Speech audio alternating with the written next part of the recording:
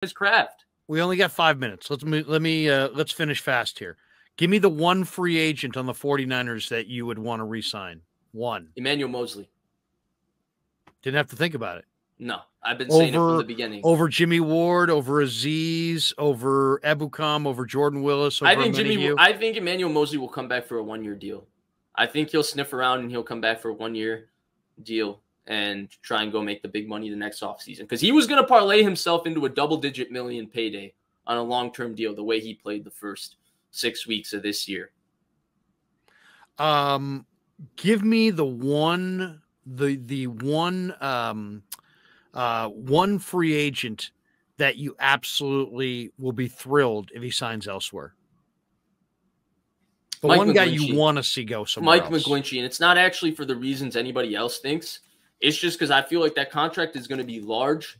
And I think because of Mike McGlinchey's perception in Ninerland, Larry, I think people are going to be blown away at how much money he's going to get offered this offseason. But it goes back to the conversation we were talking about with the bad offensive linemen in the NFL. There's not that many good ones. Mike McGlinchey is a starting right tackle with a ton of experience. And, he was a former top 10 overall pick. He's more gifted than a lot of people. He's very good in the run game, Larry. I just feel like he's going to be too expensive, and I don't want the Niners chasing that number with him. Let him sign somewhere else for that much money. Vic Fangio formally accepted the Dolphins defensive coordinator position today.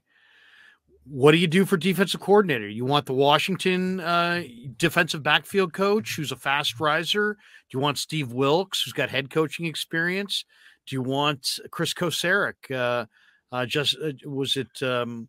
ESPN reporter Anderson reported that he's getting the Niners are considering offering Kocurek the defensive coordinator position. He's stated, by the way, that he doesn't want to be a coordinator, and he's also from Texas, played at Texas Tech. A lot of talk that maybe D'Amico will take him, but the Niners love him, and their defensive linemen swear by him.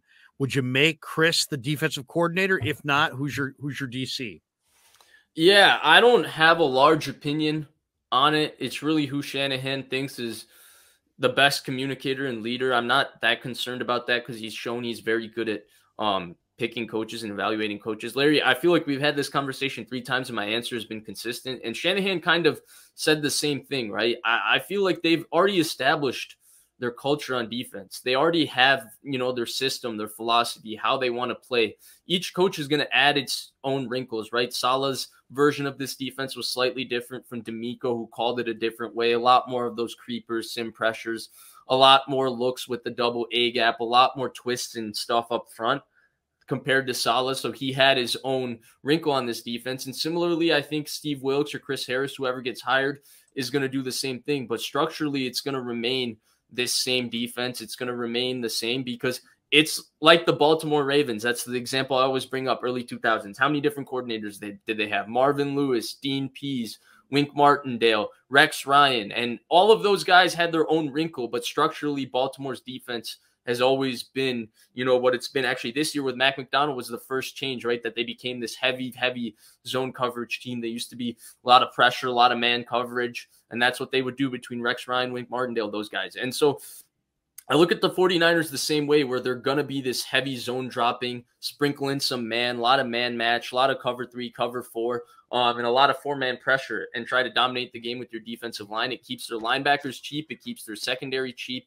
I think they're going to continue to play defense this way. And so I think that because of that, the culture and philosophy transcends the coordinator, Larry. And I don't think it matters as much. And I don't expect them to hire an absolute flop, right? A guy who, doesn't do the job or can't communicate or whatever. And then I feel like they're going to hire someone, whether it's Harris or Wilkes, that's just a grinder, that's competent. And I wouldn't be shocked if whichever one of those guys gets hired as a head coach in 2025.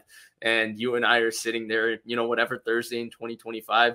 Hopefully I have a window by then and some decorations, and, your setup remains as good as it is. But yeah, hopefully at that point, and we'll be talking about this exact conversation with a couple new other names. D'Amico could take some coaches. He could take some players. I have a feeling, Houston. My guess is Houston's cap is wide open because their talent on their roster is pretty bad, and I think the Niners could lose quite a few players to the Texans this offseason. I think it's very, very possible. I think Alshire is the one I think that's gone for sure. Which sucks because he's great. DeMeco was his linebacker coach and all of that. I feel like that's the first player he's going to bring along with him because he's also going to fill in right there, right? We saw a glimpse of it last year when Fred Warner missed that game against Seattle with Alshire as the middle linebacker, and he had, 15 tackles and 2 forced fumbles, and it was one of the great games we've seen from a 49ers linebacker. Unfortunately, they lost at Seattle, but I think him and DeMeco, they're gone together. It's like Rex Ryan taking Bart Scott to Baltimore. We're closing in on 13,000 subs. If you're in the chat right now and you've yet to sub, please like and subscribe. The like helps people find the show and helps the algorithm.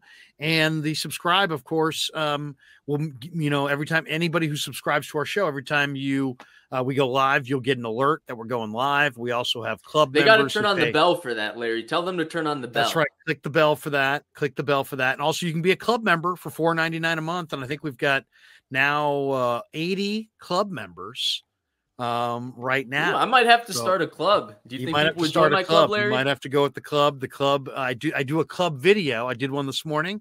If you're in the club, you got that video. What you talk Fish, about? Last question. You can't tell me, can you? What's that? That's only for the club. You can't tell me what you talked about. That's right. Yeah, it's all very secret. Right. Oh, very secret. Okay.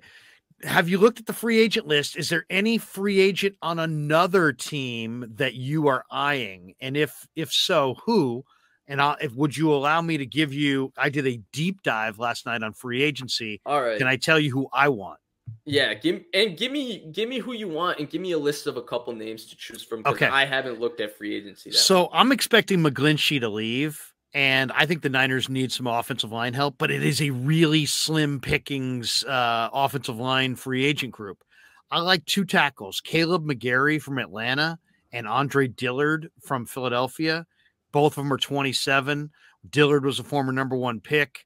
And I like the Chiefs guard. Watch him in the Super Bowl. He's a backup, Nick Allegretti. Okay. He's a friend of mine, but he's a former wrestler. He played at Illinois. He's 26. He can play guard or right tackle or center. He's very versatile, smart, academic All-American, tough kid. As I said, former wrestler.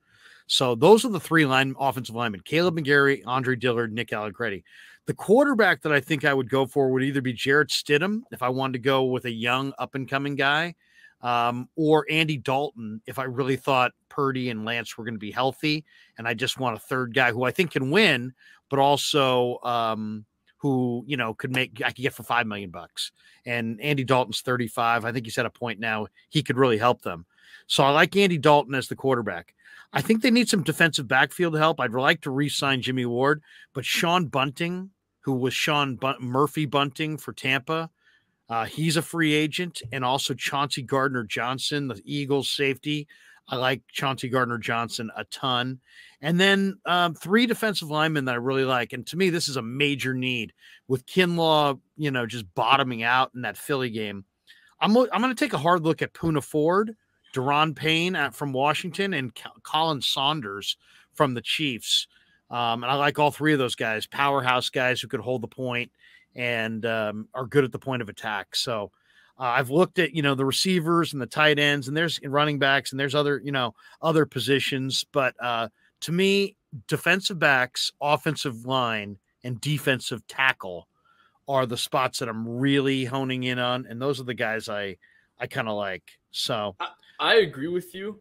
And so you said if there's one big signing, right, that I want them to make. Yeah. In terms of under the radar, there's a Chiefs defensive lineman I like, Derek Nottie. Yeah, he's a big guy, physical, right? Really big guy. I think they need that in their defensive line, just some size and physicality. But in general, if there's one guy I would like them to sign, and ideally it would be on a shorter term deal, but I would love for them to get Yannick Ngakoue this offseason. I don't even know. Pass rusher. Yeah, I don't know if Yannick Ngakoue is going to even be, envisionable in terms of the price tag, right? But he had 9.5 sacks or 10 sacks. Great motor. Loved him at Maryland. Right. he's perfect fit. He's played in this scheme. He's the exact kind of edge player that they lack. Maybe Drake Jackson can become a version of, you know, an Ngakoue, an explosive speed rusher with the bend to get around the edge, but also enough strength to be able to, you know, push tackles back with this bull rush. And that's the guy I would like them to get. I think that would be a game changer for them. I think they're missing. Davenport's another great name, right? And maybe Davenport will be a little more expensive. That's why I was suggesting Ngakoue, who's, you know, a little bit older. But that's another great name. But to me, it's just that they need a game changer to me on their defensive line. If there was one difference I felt watching those two teams, Larry, I felt like Philadelphia had a lot more game changers. I felt like both defensive lines were really good, really deep, but I felt like Philadelphia had more guys. Hargrave. That could just make one play, right? That could make one play that could screw up the game than the 49ers, who had two guys that I felt like, okay, if the defensive line is going to make a play, it's going to be one of Bosa or Armstead. And then maybe you throw a Menahue in that conversation, but that one's a little inconsistent. With Philadelphia, I felt like whether it's Reddick or Hargrave or Cox or Graham or Sweat or Robert Quinn, they're all capable of doing something bad. So if there's one name, Larry, and again, I don't even think it's attainable, but if there's one name, a guy that I think would be game-changing if the Niners got him, it would be Ngakoue.